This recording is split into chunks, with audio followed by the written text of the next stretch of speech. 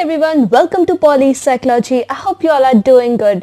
So आज के इस वीडियो में हम स्टार्ट करेंगे chapter 7 social influence and group processes. तो जैसा कि चैप्टर के नेम से ही पता चल रहा है, इस चैप्टर में हम बहुत सारे कॉन्सेप्ट्स पढ़ेंगे। कैसे सोशल इन्फ्लुएंस में बिहेवियर एटीट्यूड क्या रहता है, कैसे different types of group processes हैं, कैसे इन्फ्लुएंस हो जाता है ग्रुप के वजह से कई सारे बिहेवियर, थॉट, आइडिया। तो ये सारी चीजें हम इसमें पढ़ेंगे। So let's begin. The very first question is what is a group. Group क्या होता है? ग्रुप एक ऑर्गेनाइज्ड सिस्टम है ऑफ 2 और मोर इंडिविजुअल्स। मतलब एक ग्रुप में 1 पर्सन नहीं हो सकते। मिनिमम रिक्वायरमेंट जो है वो है कि 2 या 2 से ज्यादा लोग होते हैं। एक ऑर्गेनाइज सिस्टम होता है जहां पर कि ग्रुप के मेंबर्स इंटरैक्ट करते हैं एक दूसरे के साथ, एक दूसरे के ऊपर इंटरडिपेंडेंट है वो। मतलब उनका काम भी एक दूसरे से होता है, वो लोग एक दूसरे से इंटरैक्ट करते हैं, उनके कॉमन मोटिव्स हैं, मतलब कोई कॉमन चीज उन्हें अचीव करना है।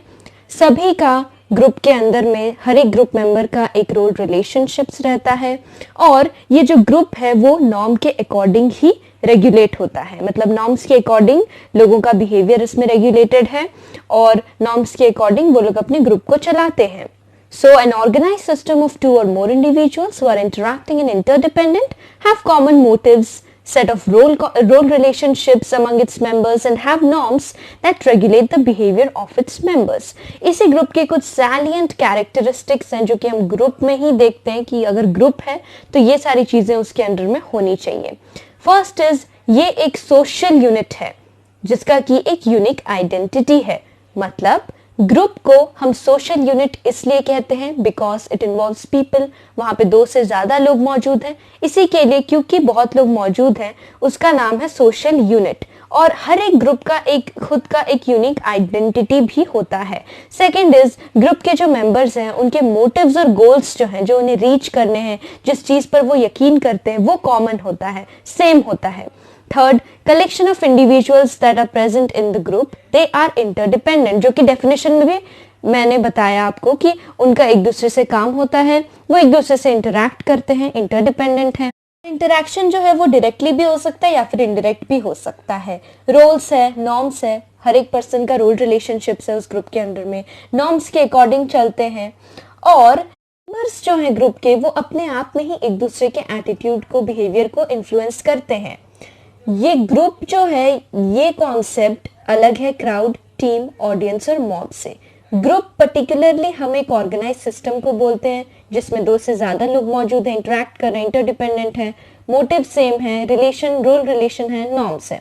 क्राउड क्या होता है? क्राउड भी तो एक ग्रुप की तरह ही है, आप समझेंगे, लेकिन ऐसा नहीं है। क्राउड में हम देखते हैं कि there is a collection of people who may be present at a place और situation by chance.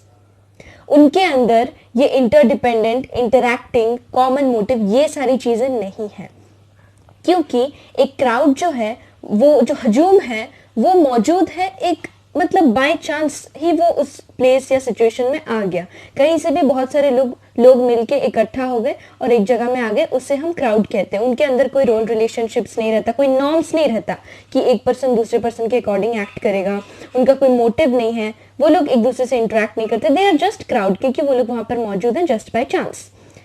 Next is team. Team में तो ग्रुप की तरह ही होता है, लेकिन ये एक स्पेशल काइंड ऑफ ग्रुप है जहां पर कि लोगों का कॉमन गोल है, पर्पस है ग्रुप की तरह। और म्यूचुअल अकाउंटेबिलिटी मैटर्स, मतलब कंट्रीब्यूशन ऑफ इंडिविजुअल और टीम वर्क को भी देखते हैं। ये ग्रुप से अलग इसलिए है क्योंकि यहाँ पर टीम में इंडिविजुअल एफर्ट को भी माना जाता है, इंडिविजुअल कंट्रीब्यूशन भी बहुत मैटर करता है। और टीम में जो है लीडर, मेंबर, हर कोई रिस्पॉन्सिबल होते हैं छोटे से छोटे एक्शन के लिए। Third is audience. ऑडियंस एक ऐसा कलेक्शन ऑफ पीपल है जो कि एक स्पेशल पर्पस के लिए असेंबल होता है, इसी के लिए हम उन्हें ऑडियंस कहते हैं। Last is mob. मॉब एक डेफिनाइट सेंस ऑफ पर्पस के लिए मौजूद होते हैं। मॉब बिहेवियर में हम देखते हैं कि जो थॉट, बिहेवियर होता है उनका वो सिमिलर रहता है, homogeneity of thought and behaviour, और इम्पल्सिविटी होता है। एक डेफिनाइट सेंस ऑफ पर्पस होता है किसी चीज को दिखाने का या किसी चीज के बारे में मैसेज देने का, तब वो मॉब होता है। सो आई होप कि आपको डिफरेंस समझ में आ गया होगा कि ग्रुप, क्राउड, टीम, ऑडियंस और मॉब में डिफरेंसेस क्या है। Now why do people join group? ये जो ग्रुप है लोगों का, लोग ज्वाइन ही क्यों करते हैं? इसलिए करते हैं क्योंकि एक सेंस ऑफ सिक्योरिटी रहता है। जब हम बाकियों के साथ रहते हैं, अकेले नहीं रहते, तब हमारे अंदर एक सेंस ऑफ सिक्योरिटी रहता है कि कहीं कुछ हो भी जाए तो हम उसका सामना कर सकते हैं, हम कहीं अकेले ना पड़ जाएं। दूसरा, स्टेटस। किसी अच्छे ग्रुप को ज्वाइन करने से आपका स्टेटस सिंबल शो होता है, सेल्फ एस्टीम बढ़ता है कि हाँ, लोग मुझे पसंद करते हैं, मैं जिस ग्रुप में हूँ वो लोग मुझे एक्सेप्ट करते हैं, तो सेल्फ एस्टीम इसमें बढ़ता है। Next is satisfaction of one psychological and social needs. ये एक बहुत बड़ा पॉइंट है क्योंकि we human beings, we are social animals. इसी के लिए हमें लोगों की ज़रूरत पड़ती है, और अगर हम किसी ग्रुप से एसोसिएटेड हैं तब हमें हमारा साइकोलॉजिकल और सोशल नीड्स पूरा होता है और हमारे दिमाग में कोई कन्फ्लिक्ट नहीं रहता। Next is goal achievement. कभी कभार ऐसे होता है कि कोई एक पर्टिकुलर गोल हम चाहकर अकेले अचीव नहीं कर पाते, उसके लिए हमें कुछ लोगों का जरूरत पड़ता है, कुछ लोगों की मौजूदगी की जरूरत पड़ती है, तो तब हम we join groups. Last is group में हम जब लोगों के साथ इंटरेक्ट करते हैं, उनके साथ नॉलेज एक्सचेंज करते हैं, तो इसमें हमारा नॉलेज बढ़ता है, हमें इंफॉर्मेशन मिलता है। ये सारी चीजें हमें बेनिफिट्स हो सकती है जब हम ग्रुप्स को ज्वाइन करते हैं। अब एक थॉट दिमाग में आएगा कि ये जो ग्रुप है ये फॉर्म कैसे होता है, इसमें लोग, इतने सारे लोग जुड़ते कैसे हैं? ग्रुप फॉर्मेशन के लिए 3 थिंग्स का होना नेसेसरी है।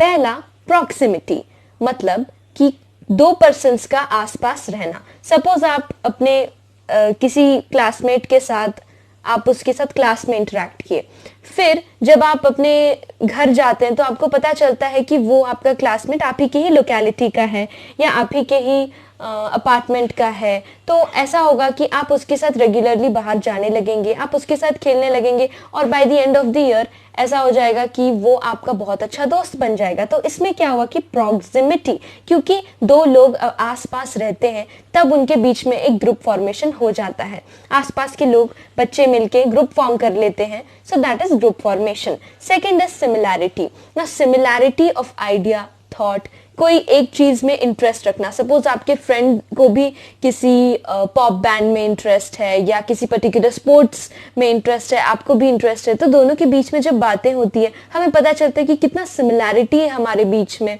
और फिर ऐसे ही फ्रेंडशिप बढ़ जाती है, कुछ और लोग भी जुड़ जाते हैं, ऐसे ऐसे ग्रुप फॉर्मेशन होता है जब कुछ सिमिलैरिटी हो। Third is common goal and motive. अगर आपको कोई गोल अचीव करना है, आपका कोई मोटिव है, किसी एग्जाम में अच्छे नंबर से क्लियर करना है कोई एग्जाम, तो लोग साथ में पढ़ते हैं, तो ये है कि एक ग्रुप फॉर्मेशन हो जाता है। Now stages of group formation as suggested by टकमैन।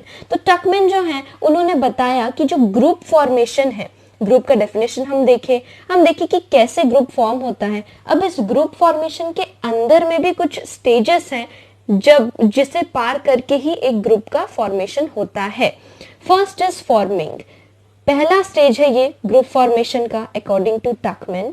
और फॉर्मिंग स्टेज में हम देखते हैं कि लोगों के बीच में, माने मेंबर्स जो बनने वाले हैं उस ग्रुप के, उनके बीच में काफी एक्साइटमेंट रहता है, एप्रीहेंशंस रहता है लोगों को लेके, मतलब ग्रुप मेंबर्स को लेके, सिचुएशंस को लेके कि कैसे हम अपने उस गोल को अचीव करेंगे, क्योंकि ये ग्रुप के मेंबर्स जो हैं ये एक साथ आते हैं एक कॉमन गोल, एक कॉमन मोटिव को अचीव करने के लिए। तो पहला स्टेज है फॉर्मिंग का। इसमें बच्चे एक दूसरे को समझने की कोशिश करते हैं, बहुत एक्साइटमेंट रहता है, एप्रीहेंशंस रहता है कि ये पर्सन कैसा होगा, ये इस सिचुएशन में क्या करेगा, इससे दोस्ती किया जाए या नहीं, ये सारी बातें फॉर्मिंग में होती हैं।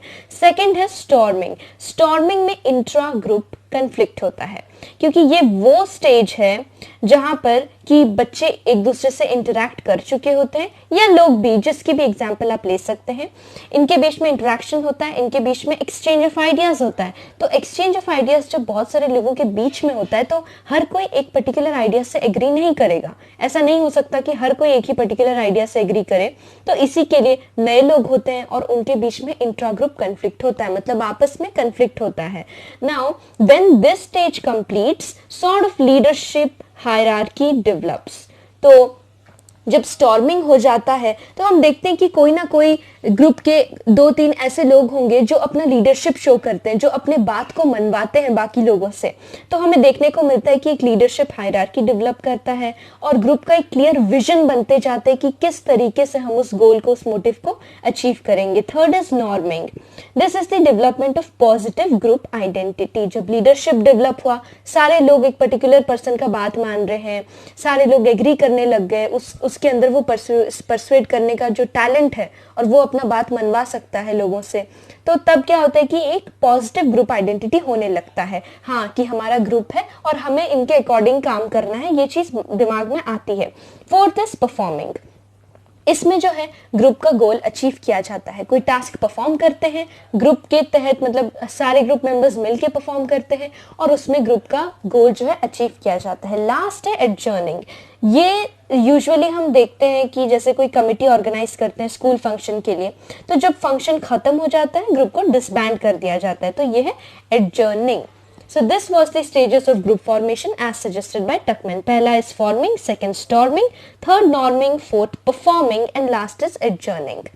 कभी कभार हम देखते हैं कि performing भी last stage होता है, लेकिन कभी कभार adjourning का जो stage है वो भी last stage हो सकता है group formation में। So what is group structure? It develops as the members interact. तो group structure तब develop करता है जब members एक दूसरे से interact करने लगते हैं। इसी group structure का 4 important elements भी बताया गया है। First is role.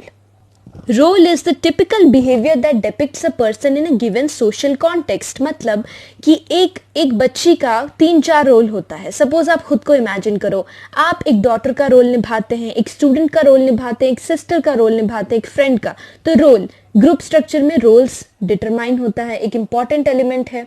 Second is norm. आप कैसे दूसरों के एक्सपेक्टेशंस, आई मीन जो भी अनस्पोकन रूल्स हैं, हम नॉर्म्स को अनस्पोकन अनरिटन रूल्स कहते हैं, जो कि चलते आ रहा है और लोग एक्सपेक्ट करते हैं कि आप according to the norm act करें। मतलब कुछ सोशल एक्सपेक्टेशंस होती हैं कि इस पर्सन को ऐसे सोशल सेटिंग में ऐसे रिएक्शंस देना चाहिए, तो दैट इज नॉर्म। ये एक इंपॉर्टेंट एलिमेंट है ग्रुप स्ट्रक्चर का। Third is status.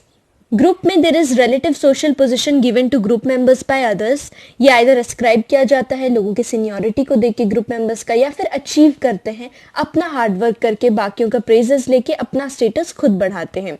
Last fourth one is cohesiveness. Cohesiveness का मतलब है कि कैसे टुगेदरनेस है ग्रुप मेंबर्स के बीच में, कितना उनके बीच का जो बाउंड कैसा है, कैसा बाइंडिंग है, म्यूचुअल अट्रैक्शन है या नहीं ग्रुप मेंबर्स के अंदर। तो ये 4 चीज़ें important element of group structure हैं।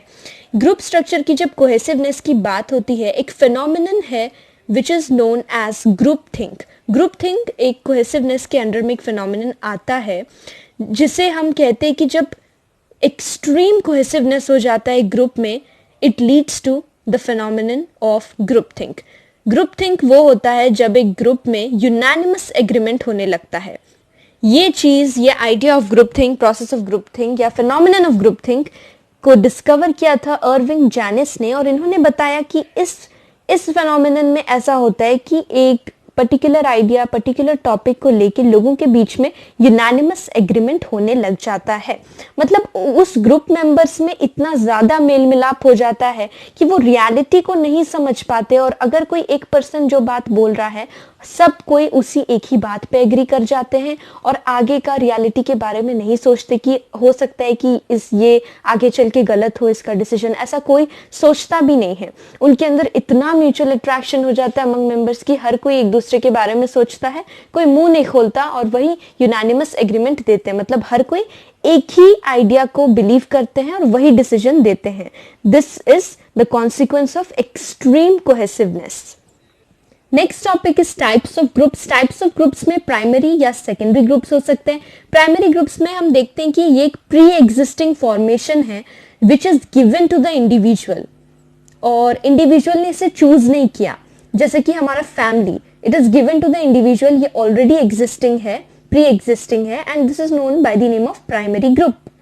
प्राइमरी ग्रुप्स में usually face to face interaction होता है, रेगुलर इंटरेक्शन होता है, क्लोज फिजिकल प्रॉक्सिमिटी, यानी कि आप हर दिन उस पर्सन के साथ इंटरेक्ट करते हैं, उनके आसपास रहते हैं, एक वार्म इमोशनल बॉन्ड्स होता है लोगों में, एक्सचेंज ऑफ वैल्यूज होता है, आइडियल्स होता है, एक दूसरे के बिहेवियर को देख के हम आइडलाइज करते हैं, लर्न करते हैं।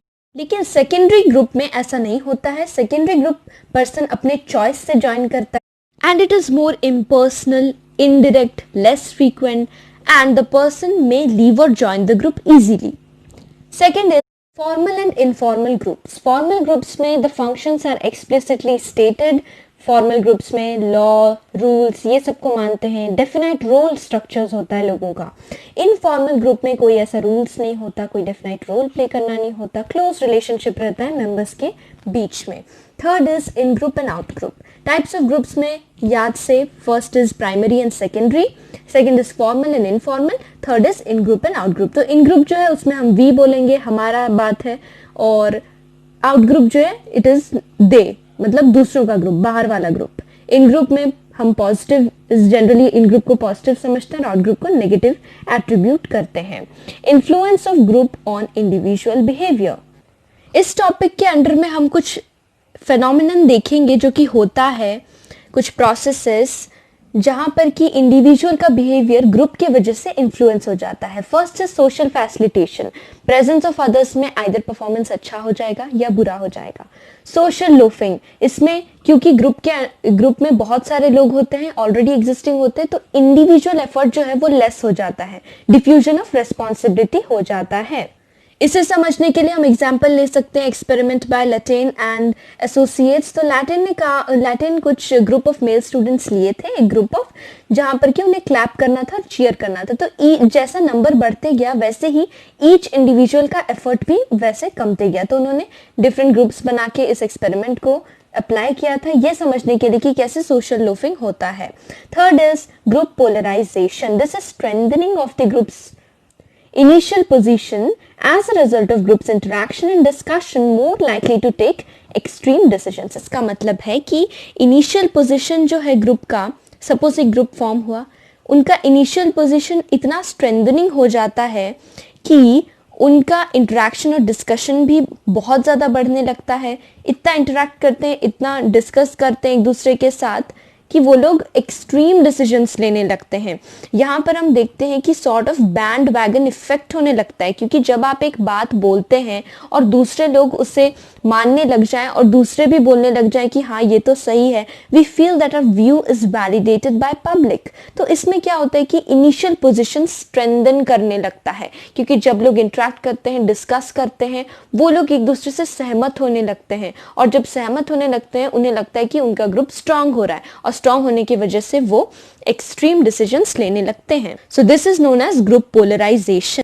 Now let us look at the three phenomenon, conformity, compliance and obedience. Conformity का मतलब है कि behaving according to the group norm, मतलब नॉर्म जो है, लोग जैसा एक्सपेक्ट कर रहे हैं कि आप जो करोगे, क्योंकि आप एक ग्रुप के मेंबर हो, आप उस ग्रुप से एसोसिएटेड हो, जुड़े हो, तो वो ग्रुप के मेंबर्स आपको एक्सपेक्ट करते हैं कि ये जो मेंबर है इसे भी हमारे इस डिसीजन से सहमत होना चाहिए। तो ये एक नॉर्म है, ये कहीं लिखा नहीं है, लेकिन ये एक एक्सपेक्टेड बिहेवियर है। So behaving according to the group norm is conformity.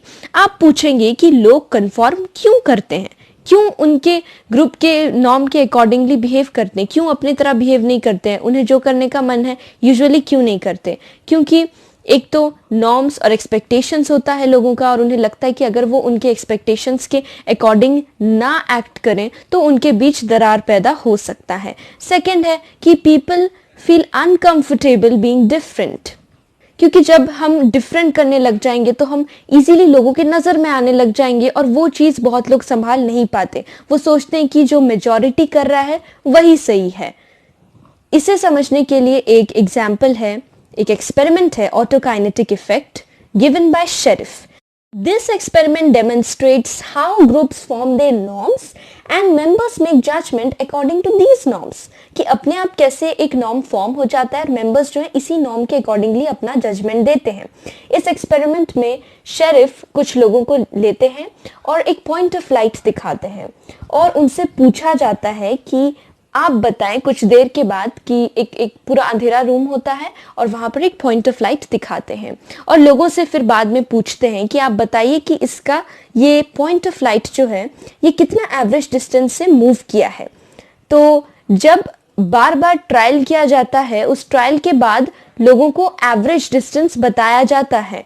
तो जैसा सब्सिक्वेंट ट्रायल्स हम देखते हैं, पता चलता है कि जो लोग हैं, जो मेंबर हैं उस ग्रुप के, वो ऐसा जजमेंट देते हैं, ऐसा मेजरमेंट देते हैं which is more similar to that of the average distance given by the experimenter. मतलब कि पूछने के बाद एक्सपेरिमेंटर जो है वो एक एवरेज डिस्टेंस बताते हैं। वो कहते हैं कि आपके एवरेज आंसर जो है वो ये है, इतना है, लेकिन आपका इंडिविजुअल का आंसर जब पूछते हैं तो पता चलता है कि इंडिविजुअल वाले भी सिमिलर आंसर बताते हैं, मतलब एक दो पॉइंट इधर उधर, लेकिन मोस्टली सिमिलर। इंटरेस्टिंग पार्ट ये है कि एक्चुअल में वो पॉइंट ऑफ लाइट कभी मूव करता ही नहीं है, जीरो डिस्टेंस से मूव करता है। ये बस एक एक्सपेरिमेंट है और ये बस एक मतलब लोगों के माइंडसेट को जानने के लिए वो ऐसा करते हैं, एक रोल प्ले सॉर्ट ऑफ करते हैं जिसमें वो बताते हैं कि एवरेज डिस्टेंस है, लेकिन इसमें एक्चुअली कोई लाइट मूव नहीं करता। That is why it is known by the name of autokinetic effect given by Sherif. दूसरा एक्सपेरिमेंट है कि कैसे ग्रुप प्रेशर में लोग कंफॉर्म कर लेते हैं, and it is given by Asch experiment हम कहते हैं। This measures conformity when one member of group experiences pressure from the rest to act in a specific way. तो ऐश एक्सपेरिमेंट में 7 पार्टिसिपेंट्स थे और 7 पार्टिसिपेंट्स में से सिर्फ एक ही पर्सन ट्रू सब्जेक्ट था।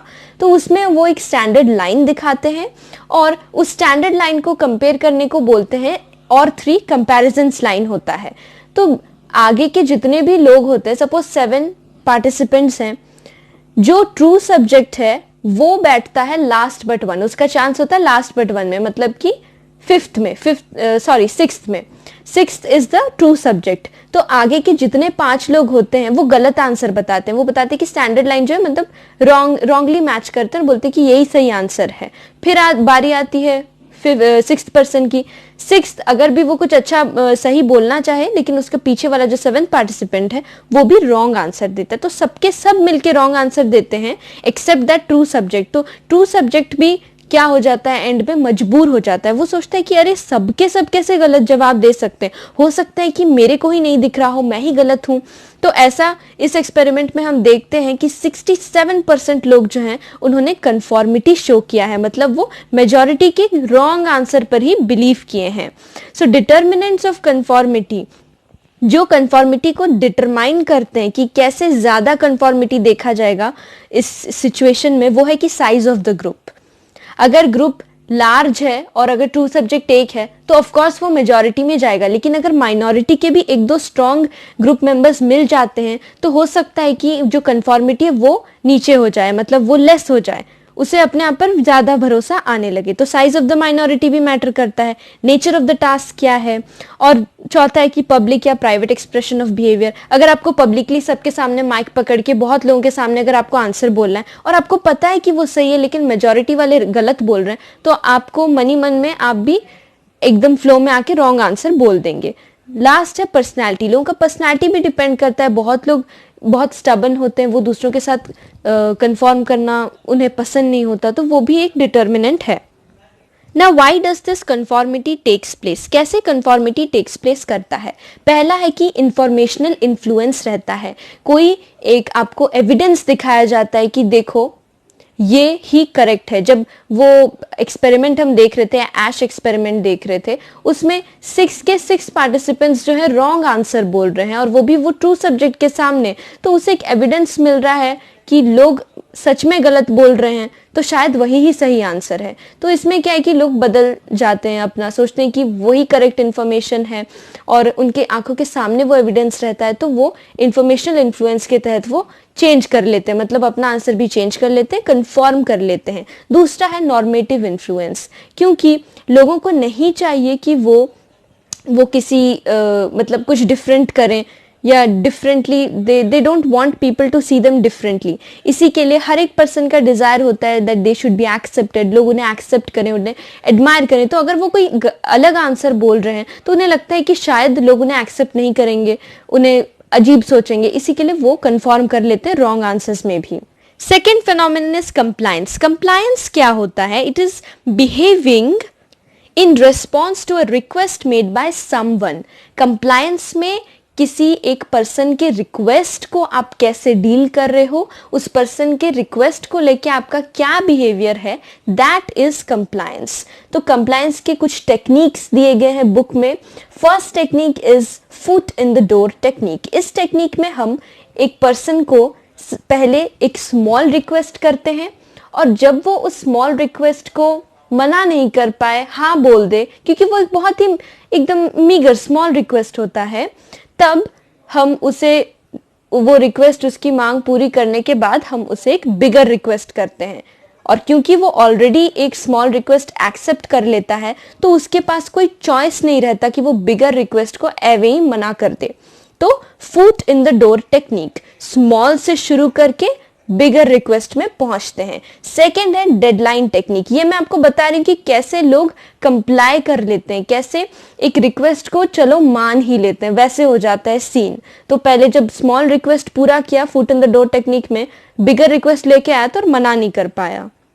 डेडलाइन टेक्निक में होता है कि लास्ट डेट शो करते हैं और कस्टमर्स को हरी किया जाता है कि आज तो लास्ट डेट है, तो द कस्टमर मतलब वो कंप्लाई कर ही लेते हैं कि चलो आज तो लास्ट डेट है, अब तो नहीं हो सकता, आज हम खरीद ही लेते हैं, या ऐसे कुछ चीजें होती हैं. Third is the door in the face technique. इसमें सबसे पहले एक आउट ऑफ नोवेयर एक बहुत बड़ा आप रिक्वेस्ट लेके आते हो, एक लार्जर रिक्वेस्ट जो कि आपको पता है एक्सेप्ट नहीं होगा. तो जब वो एक्सेप्ट नहीं होता है, तब आप वो पर्सन को बोलते हो अच्छा ठीक है ये वाला तो मान जाओ, लेकिन एक्चुअल में आप जाते हो स्मॉलर रिक्वेस्ट के लिए, स्मॉल रिक्वेस्ट के लिए. सपोजिंग कि आप अपनी मदर को जाके बोलोगे कि मेरे को अपने दोस्तों के साथ मनाली ट्रिप में जाना है अकेले, तो मदर मना करेगी, आपको पता है कि अकेले कोई नहीं छोड़ने वाला. उसके बाद जब मम्मी ने डांट के बहुत जोर से मना कर दिया, उसके बाद आप जाके बोलोगे कि अच्छा ठीक है दोस्त के साथ एक नाइट स्टे कर लेते हैं, एक स्लीप ओवर कर लेते हैं, तब आपकी मम्मी अलाउ कर लेगी, ओके ठीक है. तो ये होता है कि कैसे हम एक लार्जर रिक्वेस्ट से लेके, हमें वो पता है कि वो एक्सेप्ट नहीं होगा, बट हमारा एक्चुअल पर्पस होता है स्मॉल रिक्वेस्ट मनवाना. So first is foot in the door technique, second deadline technique, third is door in the face technique. Third phenomenon is obedience. Obedience का मतलब है कि behaviour in response to a person in authority. मतलब जिसके साथ आप वो obedience दिखा रहे हो, ओबे कर रहे हो, उनका कोई एक मतलब पोजीशन है, एक अथॉरिटी फिगर है वो. लोग क्यों ओबे करते हैं? ओबे इसीलिए करते हैं क्योंकि जो पर्सन है सामने वाला, उनके पास अथॉरिटी है, उनके पास पावर है, और वो हमें पनिश कर सकते हैं अगर हम उनकी बात को नहीं माने. उनके पास अथॉरिटी है, वो हमें पनिश कर सकते हैं, इसी के लिए हमें उन्हें ओबे करना चाहिए. और अगर हम ओबे ना भी करना चाहें तो उनके पास ओबे करवाने के और भी मेथड्स है, effective means to enforce order. Supposing कि जब आपके क्लासमेट आपको चुप कराना चाहते हैं और आप बात कर रहे हो, तो आप चुप नहीं होते, लेकिन सडनली अगर प्रिंसिपल आ जाए या कोई सीनियर स्ट्रिक्ट टीचर आ जाए, आप अपने आप चुप कर जाओगे. और आप ऐसे नहीं बोलोगे कि मतलब मेरे को चुप नहीं करना, मेरे को अभी एक इंपॉर्टेंट बात, यू कैन नॉट डू, क्योंकि अथॉरिटी है तो दे मस्ट बी ओबे, और उनके पास effective means to enforce order भी होता है. ओबीडियंस को लेके एक बहुत ही फेमस एक्सपेरिमेंट है, मिलग्रैम्स एक्सपेरिमेंट. इसमें वो देखते हैं कि कैसे individuals obey commands from strangers, या स्ट्रेंजर्स से आप कैसे कमांड ओबे कर ले रहे हो, ये उन्होंने एक्सपेरिमेंट किया था. एक्सपेरिमेंटर पार्टिसिपेंट्स को कहते हैं कि ये एक्सपेरिमेंट जो है, हम उसमें स्टडी कर रहे हैं कि कैसे पनिशमेंट का इफेक्ट होता है लर्निंग पे.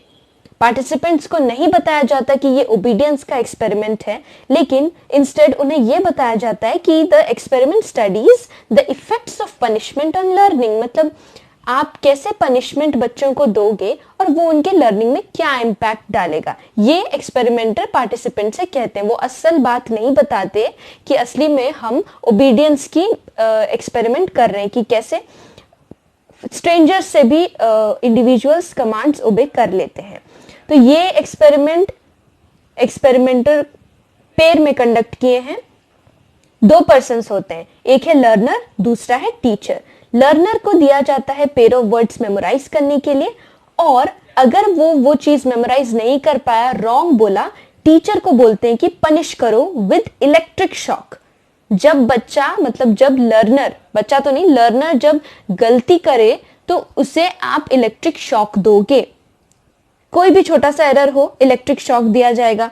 तो जब जब लर्नर वैसे कर रहा था, जानबूझ के एरर कर रहा था क्योंकि एक्सपेरिमेंटर ने उन्हें समझाया था कि आपको इस वाले पॉइंट में एरर करना है, लर्नर को पता था क्योंकि ये एक्सपेरिमेंट क्या होने वाला है, तो तब जो है वो टीचर इलेक्ट्रिक शॉक दे रहे थे। लेकिन एक्चुअल में देखा जाए तो रियलिटी में कोई शॉक नहीं दिया जा रहा था। ये बस एक टीचर का रोल जो पार्टिसिपेंट्स निभा रहे थे, उनके माइंड को स्टडी करने के लिए ये एक्सपेरिमेंट बनाया गया था, जहाँ पे कोई इलेक्ट्रिक शॉक नहीं दिया जा रहा था। ये एक टोटल एक्सपेरिमेंट था, एक रोल प्ले सॉर्ट ऑफ था। और इसमें भी हम देखते हैं कि कुछ पार्टिसिपेंट्स जो है वो कुछ हद तक मतलब एक दो बार फॉलो करके उन्हें बाद में बहुत डर लगता है, वो कहते हैं कि नहीं ये कुछ ज्यादा हो रहा है, हम ऐसे इलेक्ट्रिक शॉक हर एक एरर में नहीं दे सकते। लेकिन 65% of the participants they had shown total obedience दिखाए थे, मतलब छोटा भी एरर किया तो भी उन्होंने इलेक्ट्रिक शॉक दिया। उन्हें लगा कि उन्होंने इलेक्ट्रिक शॉक दिया लेकिन एक्चुअल में कोई इलेक्ट्रिक शॉक नहीं था। तो इससे प्रूव होता है कि कैसे individuals obey commands from strangers. Now you must be wondering that why do people obey even when the behaviour is harming others. ऐसा इसलिए होता है क्योंकि जो लोग ओबे कर रहे हैं वो सोचते हैं कि वो एक अथॉरिटी फिगर का ऑर्डर कैरी आउट कर रहे हैं और उस चीज की वजह से वो बिल्कुल भी खुद रिस्पॉन्सिबल नहीं है। दूसरा है कि अथॉरिटी को जब देखते हैं तो एक मन में एक डर भी होता है क्योंकि उनका एक सिंबल ऑफ स्टेटस है। सपोज कोई पुलिस ऑफिसर आपको आके कुछ बोले तो आप उन्हें यूजुअली ऐसे ही मना नहीं कर सकते क्योंकि उनके पास यूनिफॉर्म है, उनका टाइटल है, उनका पावर है वैसा। तो जब भी अगर वो आपको कुछ ऐसा बोले तो आप उनका यूजुअली ऑर्डर्स कमांड्स को ओबे करते हैं। Third is authority increases the commands from lesser to greater levels। तो सपोजिंग उन्होंने बताया कि आपको बस एक बार शॉक देना है, उससे ज्यादा नहीं, लेकिन वो बार बार आपको बोलने लगते हैं तो आप क्या मजबूर हो जाते हो। और कभी कभार ऐसे हो जाता है कि इवेंट्स इतना फास्ट पेस में मूव कर रहा है कि कोई सोचने का टाइम नहीं होता। जैसे कोई राइट सिचुएशन में लोग बस अपनी जान बचाकर भागते हैं और जो ऊपर से ऑर्डर आता है उसी को बस आंख बंद करके फॉलो करते जाते हैं।